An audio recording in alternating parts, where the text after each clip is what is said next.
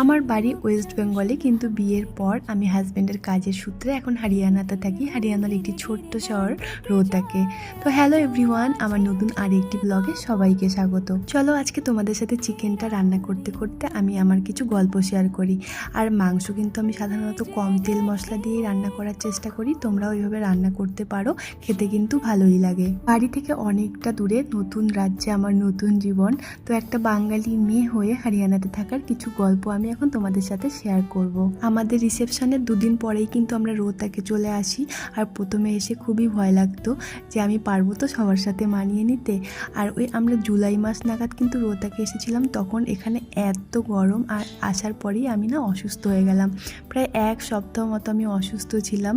আর তখন এত ভয় করতো যে আমি কোথায় চলে এলাম, এরকম অসুস্থ কেন হয়ে গেলাম। এখানে গরমকালে প্রচণ্ড গরম আর শীতের সময় প্রচণ্ড ঠান্ডা।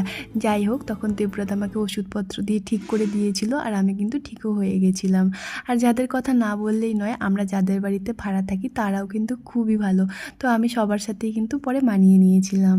আমরা যে শহরটায় থাকি মানে রোহতাক শহরে, এখানে কিন্তু অনেক engineering college, law college, medical college, university এসবই আছে। তো বাইরে থেকে কিন্তু অনেক স্টুডেন্ট এখানে পড়তে আসে। যেহেতু শহরটা একদম ছোট, তাই ঘোরার জায়গা কিন্তু এখানে বেশি নেই, দু একটাই শুধু ঘোরার জায়গা আছে।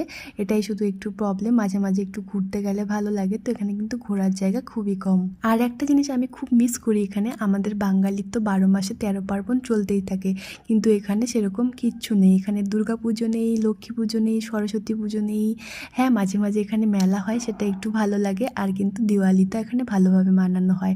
তো দিওয়ালিতে কিন্তু আমার এখানে খুব ভালো লাগে। এখানে কিন্তু 90% লোকেরাই ভেজ খায়। আর আমাদের বাড়ির যে ওনার আঙ্কেল আছেন, উনি তো আমাকে মাছ আর মাংস খাওয়া নিয়ে সবসময় খ্যাপাতে থাকেন। নতুন নতুন জায়গায় নতুন নতুন কালচার এক্সপিরিয়েন্স করতে কিন্তু আমার ভালোই লাগে। দেখতে দেখতে কিন্তু আমাদের এই রোহতাক শহরে আসার 2 বছর প্রায় হতেই চললো।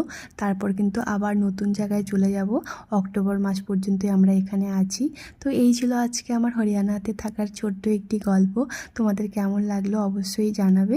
আজকে এখানেই ব্লগটা শেষ করছি, আবার দেখা হবে নেক্সট ব্লগে। ততক্ষণ পর্যন্ত তোমরা ভালো থেকো, সুস্থ থেকো। টাটা সবাইকে।